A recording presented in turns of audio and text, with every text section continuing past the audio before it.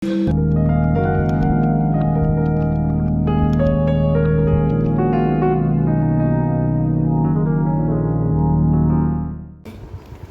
Welcome to my channel. இன்றைக்கி வந்து நம்ம பார்த்திங்கன்னா தக்காளி கூட்டு ப்ரிப்பரேஷன் தான் பார்க்க போகிறோம். தக்காளி கூட்டு பார்த்திங்கன்னா நம்ம சாதத்துக்கு ரொம்பவே நல்லாயிருக்கும். சாதத்தில் விரவி நெய் போட்டு சாப்பிட்டோன்னா ரொம்ப அல்டிமேட்டாக இருக்கும் டேஸ்ட்டு. குழந்தைங்களுக்கு, குட்டீஸ்க்கு எல்லாருக்குமே நம்ம இதை வந்து சாதத்தில் நெய் போட்டு கொடுத்தோன்னா ரொம்ப விரும்பி சாப்பிடுவாங்க. டேஸ்ட் ரொம்ப நல்லாயிருக்கும். அடல்ட்டுக்குமே நம்ம தக்காளி கூட்டு வச்சுட்டு கொஞ்சம் சாதம் வந்து கூட்டு வச்சு சாப்பிட்டுட்டு அதோட நம்ம வந்து காரசாரமாக ரசம் வச்சு மிளகு பூண்டெல்லாம் போட்டு ரசம் வச்சு அதோட இந்த தக்காளி கூட்டு வச்சு சாப்பிட்டோன்னா டேஸ்ட் பார்த்திங்கன்னா அல்டிமேட்டாக இருக்கும். அதோட டிஃபனுக்கும் சேர்த்து சாப்பிடலாம். டிஃபனுக்கு பார்த்திங்கன்னா தோசை, சப்பாத்தி, பூரிக்கு எல்லாமே ரொம்ப நல்லாயிருக்கும் டேஸ்ட்டு. அப்புறம் வந்து சைடிஷ் நீங்கள் சைடிஷ்ஷாக வச்சுக்கலாம். என் லன்ச் மெனுக்கு எந்த ஒரு சாம்பார் எல்லாத்துக்குமே வந்து பார்த்திங்கன்னா சைடிஷ் வந்து தக்காளி கூட்டு ரொம்ப நல்லாயிருக்கும். இதோட ப்ரிப்ரேஷனுக்கு இப்போ என்னென்ன நம்ம தேவைன்னு பார்க்கலாம். ஒரு 3 தக்காளி எடுத்திருக்கேன். ஆப்பிள் தக்காளி, டேசி தக்காளி 4 நாளாக கட் பண்ணி எடுத்துக்கணும். அரை மூடி தேங்காய், உப்பு தேவையான அளவுக்கு, 2 ஸ்பூன் அளவுக்கு வெல்லம் எடுத்திருக்கேன், 2 பூண்டு பல், 1 ஸ்பூன் ஜீரகம், 5 காஞ்ச மிளகாய் எடுத்திருக்கோம். அதுக்கப்புறம் 1 ஸ்பூன் மஞ்சள் தூள் எடுத்திருக்கோம். ஸோ இப்போ நீங்கள் எந்த அளவுக்கு குவான்டிட்டி நீங்கள் ப்ரிப்பேர் பண்ணுறீங்களோ அது அளவுக்கு நீங்கள் வந்து கோகோனட்டும் தக்காளி இன்க்ரீஸ் பண்ணிக்கோங்க. காரத்துக்கு சில்லி இன்க்ரீஸ் பண்ணிக்கோங்க. இப்போ நம்ம வந்து ஒரு பேன் வச்சு தாளிக்கிறதுக்கு ஸ்டார்ட் பண்ணிக்கலாம். ரெட் ஸ்டவ் பார்த்து வச்சுட்டு 2 ஸ்பூன் வந்து எண்ணெய் விட்டுக்கலாம். தேங்காய் எண்ணெய் சேர்த்து சமைச்சோன்னா டேஸ்ட் ரொம்ப நல்லாயிருக்கும். உங்களுக்கு எண்ணெய் சேர்க்கறதுனாலும் ஓகே. ஸோ தேங்காய் எண்ணெயில் சமைக்கும் போது அந்த டேஸ்ட் வந்து ரொம்ப நல்லாயிருக்கும். ஸோ எண்ணெய் காஞ்சதுக்கப்புறம் நம்ம 1 ஸ்பூன் அளவுக்கு கடுகு சேர்த்துக்கலாம். கடுகு நல்லா பொரிஞ்சு வரட்டும். கடுகு பொரிஞ்சு வந்ததுக்கப்புறம் நம்ம 1 ஸ்பூன் அளவுக்கு உளுந்து பருப்பு சேர்த்துக்கலாம். தாளிக்கும் போது நம்ம வந்து 1 ஸ்பூன் அளவுக்கு ஜீரகம் சேர்த்துக்கணும். அரைக்கிறதுக்கு தனியாக நம்ம அந்த ஜீரகம் வச்சுருக்கோம். இது வந்து தாளிக்கிறதுக்கு 1 ஸ்பூன் ஜீரகம் சேர்த்துக்கணும். இதோட நீங்கள் ஒரு காஞ்ச மிளகாய் கிள்ளி போட்டு தாளிச்சேன்னா அந்த அரோமா வந்து ரொம்ப நல்லாயிருக்கும். ஸோ இதில் நான் காஞ்ச மிளகாய் சேர்க்கல. தாளிக்கும் போது எந்த டிஷ்ஷு தாளிக்கிறதுனாலும் அதோட ஒரு காஞ்ச மிளகாய் கிள்ளி போட்டு நம்ம தாளிச்சோன்னா அதோட டேஸ்ட் அரோமா பார்த்திங்கன்னா இன்னும் கொஞ்சம் எடுத்து கொடுக்கும். ஸோ எந்த ஐட்டம்ஸ் தாளிக்கும் போதும் ஒரு காஞ்ச மிளகாய் கிள்ளி போட்டுக்கிட்டால் நல்லாயிருக்கும் டேஸ்ட்டு. இப்போ நல்லா எல்லாம் பொரிஞ்சு வந்ததுக்கப்புறம் நம்ம கட் பண்ணி வச்சுருக்க தக்காளியை சேர்த்துக்கலாம். தக்காளி பார்த்திங்கன்னா 4 நாளாக கட் பண்ணால் போதும். 4 பீஸாக. பெரிய தக்காளியாக இருந்தால் கொஞ்சம் இந்த மாதிரி சைஸ்க்கு நீங்கள் கட் பண்ணி எடுத்துக்கோங்க. நாட்டு தக்காளிலையும் செய்யலாம். ஸோ நாட்டு தக்காளி கொஞ்சம் சீக்கிரமாக வதங்கிடும், சீக்கிரமாக வெந்துடும். ஸோ ரொம்ப குழைய விடாமல் கொஞ்சம் பாதி அளவுக்கு வெந்ததுக்கப்புறம் நீங்கள் தண்ணி சேர்த்து கொதிக்க வச்சுக்கலாம். இது டேசி தக்காளி, ஆப்பிள் தக்காளின்றதுனால இது கொஞ்சம் வதங்கிறதுக்கு லேட் ஆகும். பட் அது நல்லாயிருக்கும் டேஸ்ட்டு. ஸோ எந்த தக்காளி இருக்கோ அதில் வேணாலும் செய்யலாம். இப்போ நம்ம வந்து இதோட சால்ட் சேர்த்தே நம்ம மூடி போட்டு இதை நல்லா வதங்கிறதுக்கு மூடி போட்டு வச்சிடலாம். அது கொஞ்சம் நேரம் வதங்கட்டும்.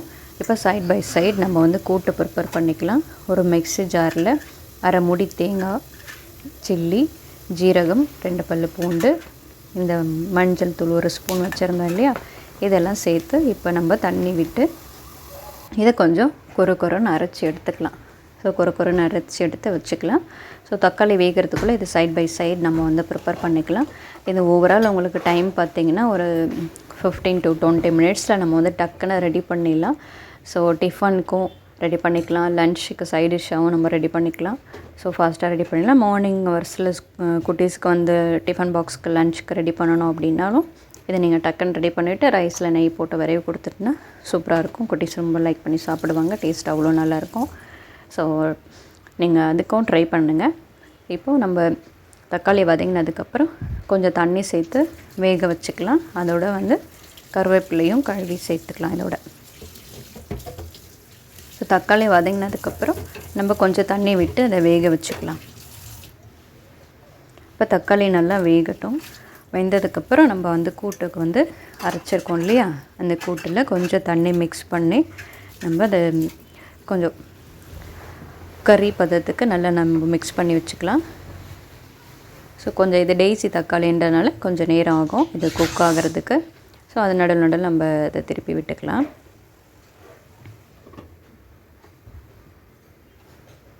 இப்போ கூட்டு வந்து நம்ம மிக்ஸ் பண்ணி வச்சுக்கலாம். ஸோ திக்காக சேர்க்க வேண்டாம். ஸோ தண்ணியாக கொஞ்சம் லைட்டாக மிக்ஸ் பண்ணிவிட்டு அதுக்கப்புறம் சேர்த்துக்கலாம். தக்காளி இப்போ நல்லா தண்ணி பார்த்திங்கன்னா நல்லா சுண்டி வந்துடுச்சு. தக்காளியும் நல்லா ஃபுல்லாக வெந்துடுச்சு. இப்போ கொஞ்சம் நம்மளுக்கு எக்ஸ்ட்ரா தண்ணி இதில் ஆட் பண்ண வேண்டியது இருக்கும். ஸோ இப்போ நம்ம அரைச்சி வச்ச கூட்டு சேர்த்துட்டு அதோட நல்லா மிக்ஸி ஜார்லேயே நம்ம அரைச்சி எடுத்த மிக்ஸி ஜார்லேயே தண்ணி விட்டு இன்னும் கொஞ்சம் எக்ஸ்ட்ரா தண்ணி சேர்த்துக்கலாம். இதோட கன்சிஸ்டன்சி பார்த்திங்கன்னா ரொம்ப கட்டியெல்லாம் இருக்கக்கூடாது, ஒரு குருமா பதத்துக்கு இருக்கணும். குருமா பதத்துக்கு இருந்தோன்னா டேஸ்ட் நல்லாயிருக்கும். இப்போ தண்ணி விட்டு இன்னும் கொஞ்சம் தண்ணி சேர்த்து மிக்ஸ் பண்ணிக்கலாம்.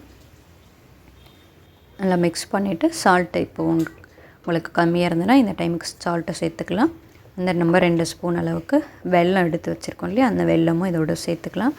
சேர்த்து நல்லா மிக்ஸ் பண்ணிவிட்டு இது நல்லா கொதித்து வரட்டும். நல்லா கொதித்து வரத்துக்கு நம்ம மூடி வச்சுக்கலாம். இப்போ பார்த்திங்கன்னா இந்த சால்ட்டு, தக்காளியோட அந்த ஒரு புளிப்பு டேஸ்ட்டு, வெல்லத்தோட ஸ்வீட்னஸ்ஸு, ஸோ இது எல்லாமே 3ம் சேர்ந்து வரும்போது அந்த டேஸ்ட் பார்த்திங்கன்னா ரொம்ப அல்டிமேட்டாக இருக்கும், ரொம்ப சுவையாக இருக்கும். ஸோ நீங்களும் கண்டிப்பாக ஒரு டைம் நீங்கள் ட்ரை பண்ணி பாருங்கள். அதுக்கப்புறம் நீங்கள் கண்டினியூஸாக செய்வீங்க இந்த டிஷ்ஷை. ஸோ இப்போ நடுவில் நம்ம மூடி திறந்துட்டு நல்லா ஸ்டிர் பண்ணி விட்டுக்கலாம். ஏன்னா தேங்காய் விட்டுருக்கிறதுனால அதனால் நடுவில் நம்ம கொஞ்சம் மிக்ஸ் பண்ணி விட்டுக்கலாம். இன்னும் கொஞ்சம் நேரத்தில் வந்து கொதிக்கட்டும். அதுக்கப்புறம் நம்ம ஸ்டவ் ஆஃப் பண்ணிக்கலாம். கொஞ்சம் பாதி கொதித்ததுக்கப்புறம் கொஞ்சம் ஃப்ளேம் வந்து நம்ம கம்மி பண்ணி வச்சுக்கலாம்.